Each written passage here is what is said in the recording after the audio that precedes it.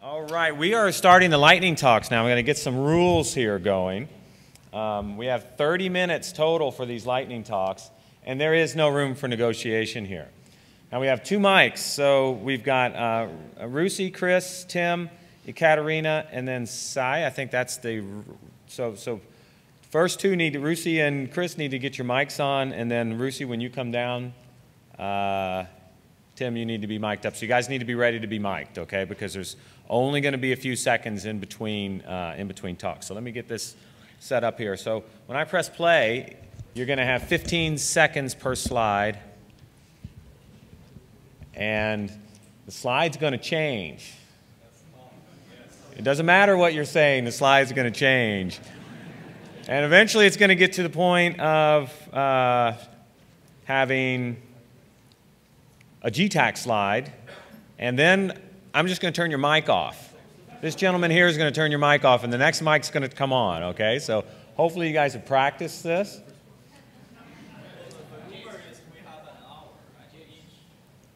Who's first? Well, and Roussi. Right? Yeah, Roussi's first. In honor of all the Russian guests, we have a Russian-speaking, but he's Bulgarian. Don't tell anybody.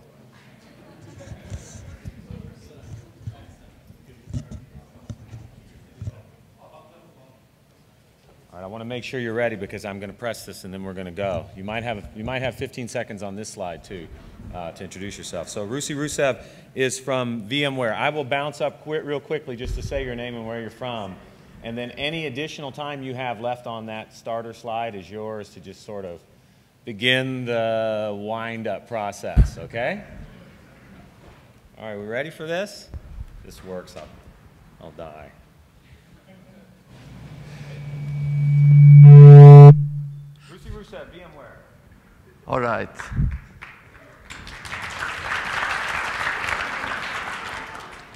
Let's talk about cascading failures.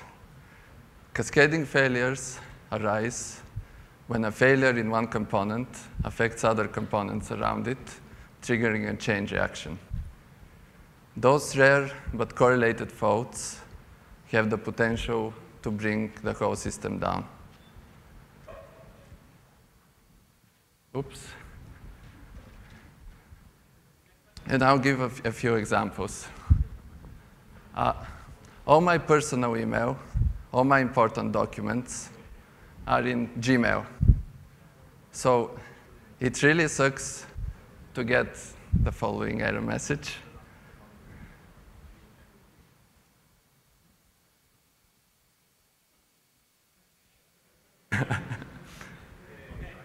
It really sucks to get that error message for almost a day. So how did it happen? Routine maintenance brought down some hosts, and the resulting capacity problem spilled over to other neighboring data centers. Everybody likes to talk to friends and family over Christmas. But last Christmas, Skype released a broken patch that brought down most of their supernodes. The remaining supernodes overloaded and shut down as designed. After a week of scrambling and a week-long outage, the Skype team was finally able to bring up remote supernodes at a remote cloud. And since I'm from VMware, I will talk about an outage that we had with our own virtual infrastructure. All right. Our storage array went down. A storage array went down, and that affected execution nodes that were attached to it. That triggered a failover to other execution nodes, but the control channel was on its way, so customers could not log in or start applications. And nothing is complete without Amazon. Last April, a configuration change disconnected some replication hosts. A disconnected host would start to contact its peers to start the replication process. But as soon as network came back up, it swept everything on its way, including the control channel. That affected higher-level services and pissed off quite a few startups that were not quite prepared for it. And the final example, it's from the physical world, an unfortunate example from the physical world. It's coming.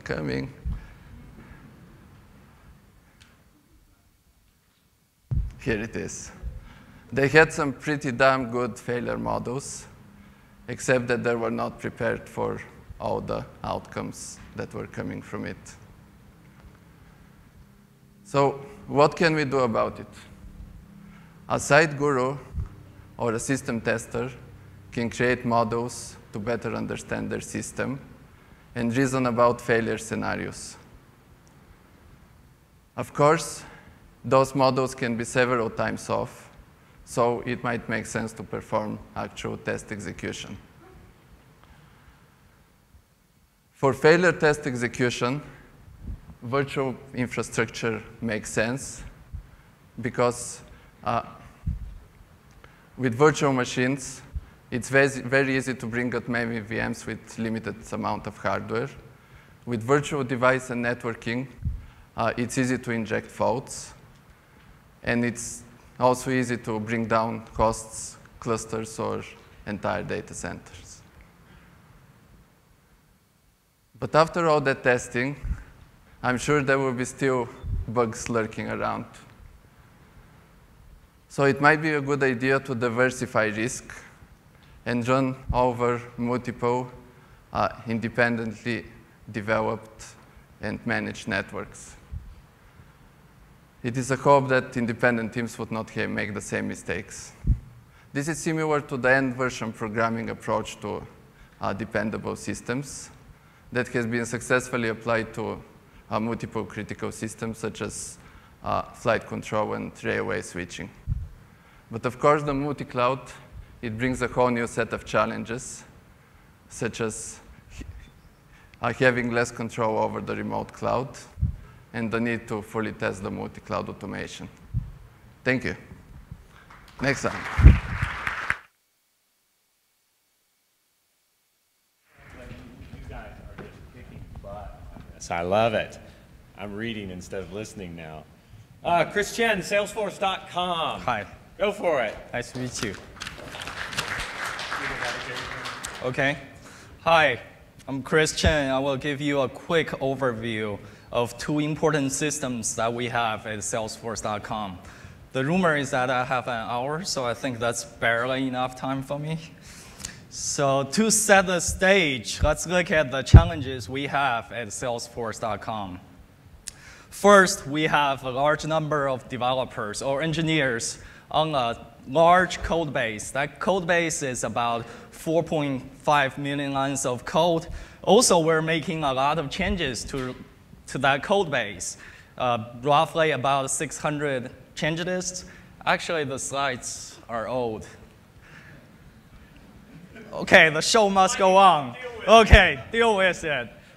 We also have a very complex product. It's a features and the business logics we have been building for the past 12 years. We also release often. We have 3 major releases per year and small releases on a weekly basis. Sometimes we even have multiple releases. By the way, I don't normally talk this fast. Okay, and the quality is extremely important because we have a large number of paying customers. In fact, we have 100,000 customers standardize their business on the Salesforce.com platform. So business quality is important to them and important to us. So what Test Automation Cloud will provide is that every time we make a change to Salesforce.com, we can determine exactly what that change has broken in terms of all the integration tests we have. And we give the feedbacks within a day, and we guarantee 99.9% accurate. So just to summarize, Test Automation Cloud essentially provides feedbacks that are accurate, complete, and fast on a per change list basis. I know I'm out of sync with the slides, and that's expected. So how did we do it? Behind the Test Automation Cloud, we have a large number of hardwares to support all the test execution that we need to do. And at the same time, we have the ability to use external cloud infrastructures, such as AWS. And we also have parallelized test execution. We want to fully utilize the resources we have so we can parallelize tests across as many VMs as possible. And lastly, most importantly, we have efficient algorithms behind the cloud to determine when to run a test, what tests to run, and how to determine the accuracy of the results. And one key algorithm is partial runs out of time. Moving on to Yoda. Yoda is a system that would create bugs for engineers. So after an engineer checks in their code, not only they get emails on what test failures they caused, we also automatically create a bug for them. And in addition to that, when the engineer fixes a bug, Yoda would automatically validate the test failures are indeed fixed. If they're not, we would reopen them. Earlier this year, we also released a great product or great system, which we call Lock the Run by Team. Essentially, for certain teams, if they're not fixing test failures in a timely fashion, we would lock those teams out. It's kind of interesting because of other services are about making other Scrum teams to go fast. But this service is actually to slow down some of the teams if they're moving too fast. The cloud can be broken at times when the build is broken. When the build is broken, we cannot provide the results. So we created a system called pre-check-in, which essentially don't allow people to directly check into the source control system. They have to check into this system, which does the basic validation before checking in that change. Great, I'm ahead of the slides. Performance testing, we're also moving into the same direction. We want to leverage the same infrastructure to provide performance results. Except for timing-based tests, we have to use physical hosts. Lastly, this is a funnel slide with content. After the release to the production systems, we also use a cloud to validate the releases that we have done to ensure the functionalities in production are working as expected. Announcement, Salesforce is hosting a networking event tomorrow night right here, and I hope to meet you guys there. May the force be with you. I knew you were going to say that. Very well done. So I've learned that Skype goes out for Christmas and they get bought for $8 billion. This guy does everything right and no one's buying. I don't get it. All right, next we have Tim Crooks. Thanks. Go. I'm Tim Crooks with CygNet Software, which has recently been acquired by Weatherford, and therefore there's a little bit of name confusion, but it's super tiny so you can't see. So I'm just CygNet. Also, I'd like to thank everyone for coming to my conference, the Google Timothy Allen Crooks Conference. Thank you very much. OK, so ABFT in the cloud. So smoke test, continuous integration, automated basic functionality test.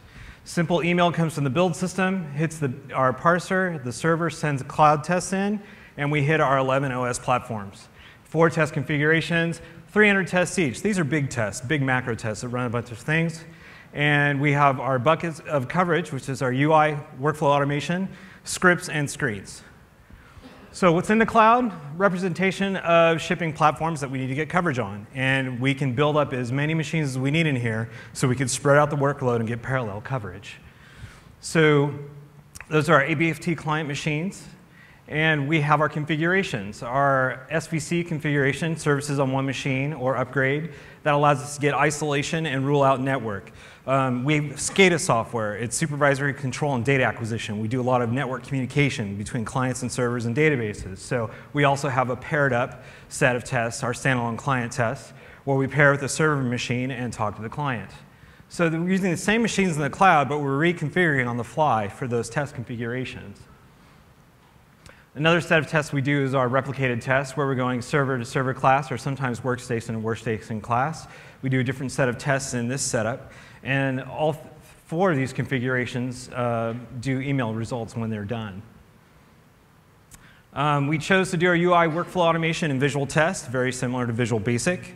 Allows us to do some nice little screen design so we can do test isolation. A pretty complicated set of configuration there, but that allows us to do manual runs out of the system and do some isolation on users' machines, developers or QA.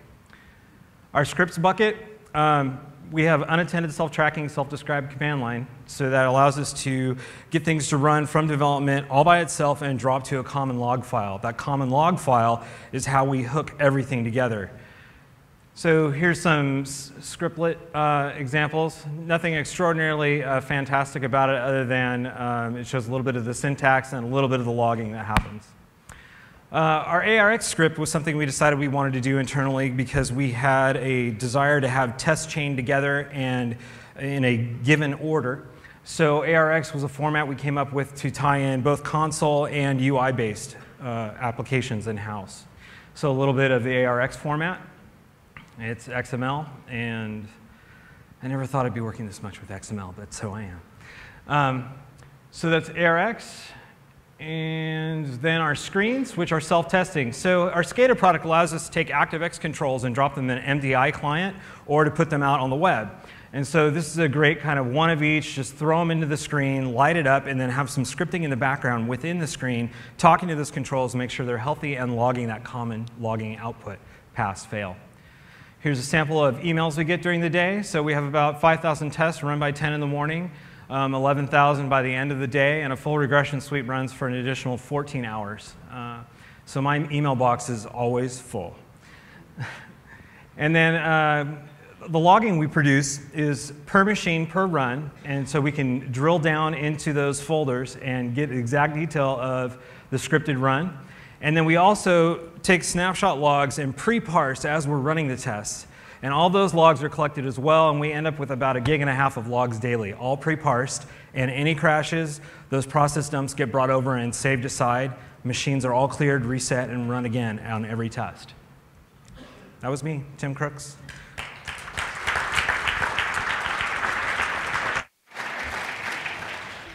All right, next is a continuation of our Russian contingent. Ekaterina Kamenskaya talking about a tool that was open source yesterday. Hello, I would like to talk about the tool which is called ScriptCover. This is a Chrome extension which provides you JavaScript coverage for web pages. I'm very happy to be here, by the way, and it's the first time when I'm in GTAC. Actually, the tool uncovers which code instructions from internal and external scripts of the page have been executed and how many times. The results are displayed interactively. The coverage is recalculated when the page loads and then when users interact with the page. And users don't need to make any modifications to the code at all for that. Should I say that coverage matters? Does somebody disagree with that? I hope nobody. So, in fact, coverage is an indirect quantitative measure of quality, and we should just know how to use this information properly. If somebody is unsure that coverage is important, think about it as a coverage of your medical insurance. Do you want to have any problems with your medical insurance? I guess no. If you want to get coverage for web pages, but you don't know how to do it, ScriptCover is your tool. It's easy to use. Because of the nature of this tool, it has different purposes and has different applications. It may be used not only for automated testing, this is something that we got used for coverage, but also for manual testing and for code debugging and code understanding. For example, for manual testing, when this extension is installed in the Chrome, the user just navigates the web and performs various actions on the page and takes a look how coverage is changed. Let's take a closer look at what JavaScript coverage this tool, ScriptCover, provides you. It provides the total coverage percentage, it's about 9% for the page, and then the number of instructions for the whole page. And then for each script, it provides you coverage percentage and the number of covered and total lines for this script. And in the detailed report, you can see also the annotated sources for each script. If you have some Selenium WebDriver tests, any UI automation tests, and if you want to get coverage, JavaScript coverage, If you want to see how much of the application has been executed, you can use ScriptCover for the same purpose, and you can estimate the effectiveness of your test suites. Or if you don't like testing, maybe you hate testing at all, and maybe you are more in debugging, you can use this to see the annotated sources and to find out what portions of code have been executed. You may ask me why I decided to develop that tool. Initially, I was working for Chrome browser, and I wanted to debug some web compatibility issues. That's why I needed this kind of tool, and I was using the tool which is called JS Coverage. It's a very nice tool, but it has some limitations. One of the limitations is that for compressed code, it works badly. There are so many instructions on one line. It's not the end of this file, actually. I just cut this screenshot. And this information of coverage is useless. But ScriptCover formats this code, and you see really which instructions has been executed and which not. This is much more helpful. Another limitation is that JS Coverage actually calculates the statistics only for external scripts. For YouTube.com, it shows you the coverage only for one external script. But ScriptCover shows you coverage for this external script and for one more external script. So this is that script from the previous slide. And then for a bunch of internal scripts, you can get all this data for code in the web page itself. It's much more meaningful information. And finally, the ScriptCover is very fast and easy to use. You don't need to read extensive documentation. You just install the extension in the browser. You don't need to write any tests. You don't need to actually save the web page in some directory locally to modify the code, as you need to do it with other tools. But with ScriptCover, you just navigate the web and you see the results. It's really easy and fast. The tool has been open sourced recently, and you can read the blog post in Google Testing blog and also in open source blog from today. I'm very thankful to everybody who helped in Google to make this happen. And if you are passionate about coverage, if you want to help, if you want to ask any questions, please do this. Thank you very much.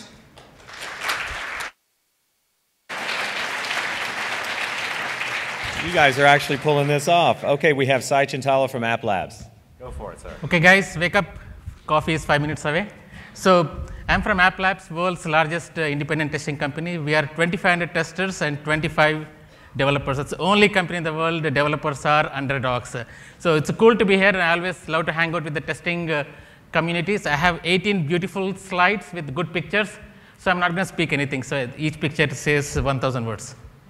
Okay, it's kidding, so I'm going to say a few words. So today I'm going to talk about sourcing the cloud for the performance testing. How many of you are online today? Right now? 90%, right? No wonder there is a web traffic explosion happening. So 80% of the people, if I ask what is important for you, speed or functionality? Okay, a lot of people are increasingly saying speed is important because they are taking functionality for the granted. So there are so many web applications out there really working very well. For instance, our own Google, results are always instant. But sad news is that there are so many web applications, they do not meet our expectations. What are the two reasons?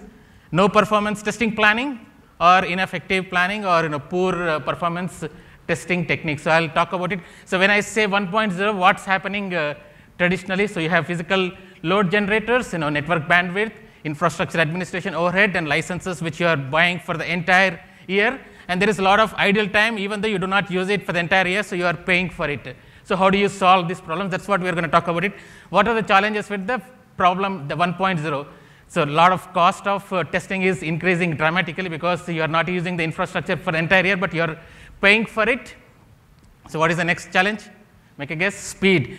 Testers are waiting forever for the pristine, clean test environment, right? There's always a competition for the shared test environment. So that's another challenge.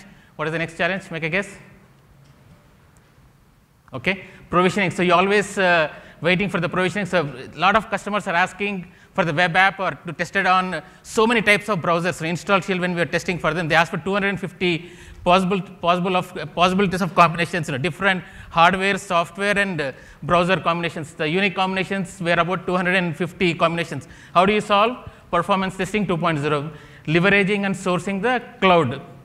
So if I move both the physical load generators and the network bandwidth to the cloud, half of the problems are solved, because you have a complete abstraction of the test environment. So no need to pay for the entire period that you are owning. You are paying for only the period where you are doing the testing. So basically, you are increasing the test coverage, because cloud is elastic in nature. So whatever the types of hardware infrastructure that you would want to get, you are able to get it and increase the test coverage. And the most important is realistic load, right? You never know what exactly the type of the load that you are expecting when you go live. So you want to test in your pre-prod environment or the dev environment, in the realistic mode. So only the cloud is able to provide, lot of infrastructure at the low cost. So what is the end result? So you're able to ensure quicker time to market, because you are not waiting forever for the infrastructure to be ready, which is elastic in nature.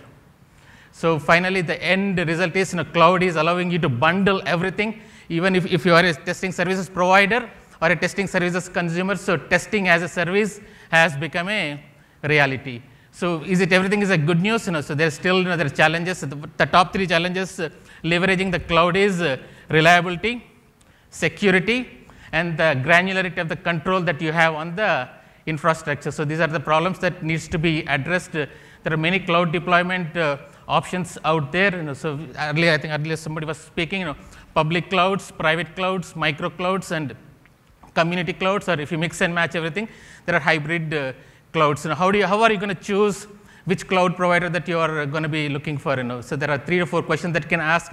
What is the type of control that they are providing on the infrastructure, the technology stack they are able to provide, and the data security, the security compliance that they're able to ensure in a PCI or a HIPAA or SOX compliance. So these are the 3 questions that you need to worry if you're going to be choosing the public or the private provider. So since it's only 5 minutes, there are not too many takeaways. Cloud is for real. Performance testing on the cloud is a reality, and it's a viable option. So if you're a testing services consumer or a provider, testing as a service has become a norm. Everybody is asking for it. Again, it's not a silver bullet. Choose your options carefully, whether you are ready for it or whether do a proof of concept and do your own math, and that's it. Thanks.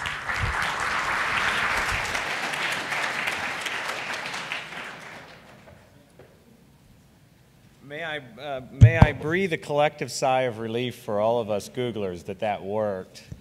We're not professional conference runners. This was brought to you by a program manager on Google Feedback and a test engineer on Google Chrome. So and it worked. Well done.